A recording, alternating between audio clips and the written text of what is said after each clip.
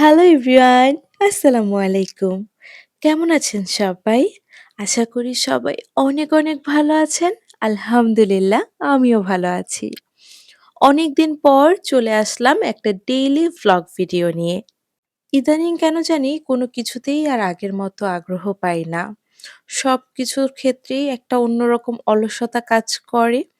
অনেকদিন আগে আমি এই ভিডিও ক্লিপগুলো নিয়ে রেখেছিলাম। কিন্তু ভয়েস ওভার দিতে এত বেশি অলসতা লাগছিল। প্রতিদিন ভাবি যে আজকে ভিডিওটা এডিট করব, কিন্তু করব করে শেষে আর করা হয় না। যাই হোক, অবশেষে আপনাদের সাথে চলেই আসলাম অনেকদিন পর একটু গল্প করতে। একজন মা এবং একজন গৃহিণী হিসেবে আমার সকালটাই যেন শুরু হয় কাজের মধ্য দিয়ে এবং শেষ হয় একদম রাত্রে ঘুমানোর আগ পর্যন্ত। তবে নিজের সংসারের জন্য কাজ করতে না কখনো হাঁপিয়ে উঠি না, কারণ নিজের সংসার মানেই অন্যরকম একটা আস্থার জায়গা। কারণ সবসময় তো মাথায় আছেই, এটা আমার সংসার, এটা আমার ঘর। এই সংসারে সিদ্ধান্ত সব কিছুতে আমার।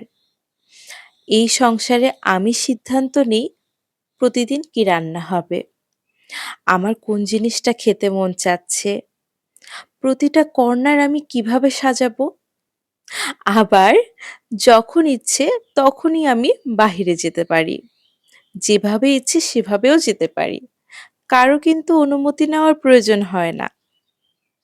আমাকে কেউ প্রশ্ন করে না কই যাব, কি করব, কি খাবো, কোথায় খাবো, কেন যাব। সেই ছোটবেলা কি থেকে পড়বো সব আমার মনে কিছুতেই হতো আমার সিদ্ধান্ত। আমি এমন কোনো সংসার চাই না যেখানে আমার সারাক্ষণ জবাবদিহিতার মধ্যে থাকতে হবে। তবে আলহামদুলিল্লাহ আমি এমন একটা সংসারই পেয়েছি।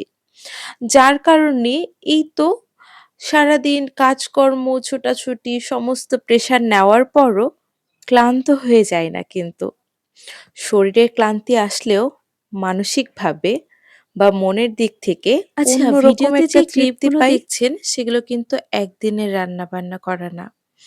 এখানে ২ বা ৩ দিনের কিছু ছোট, ছোট ক্লিপ একসাথে করেই আমি এই ভিডিওটা এডিট প্রতিটা করেছিলাম। দিন রান্না করতে, করতে আমি নিজেই অবাক হয়ে যাই। যেই মেয়েটা আমি বিয়ের পরেও রান্নাবান্না পারতাম না, সে এখন কত কাজের হয়ে গিয়েছে। কত রকম মাছ বাজার থেকে নিয়ে আসে ফায়েজের পাপ্পা, সেগুলো একা কেটে ধুয়ে সংসারের সমস্ত কাজ করে তারপর নানান রকম রান্নাবান্না করে ফেলি। আর সত্যি কথা আমি নিজেই অবাক হয়ে যাই। আমি এমনটা ছিলাম না। মেয়ে মানুষ সংসার হয়ে গেলে কতই না পরিবর্তন হয়ে যায়, তাই না? আচ্ছা, আজকে তবে এখানেই শেষ। সবাই ভালো থাকবেন এবং আমার পাশে থাকবেন। ঠিক আছে? আল্লাহ হাফিজ।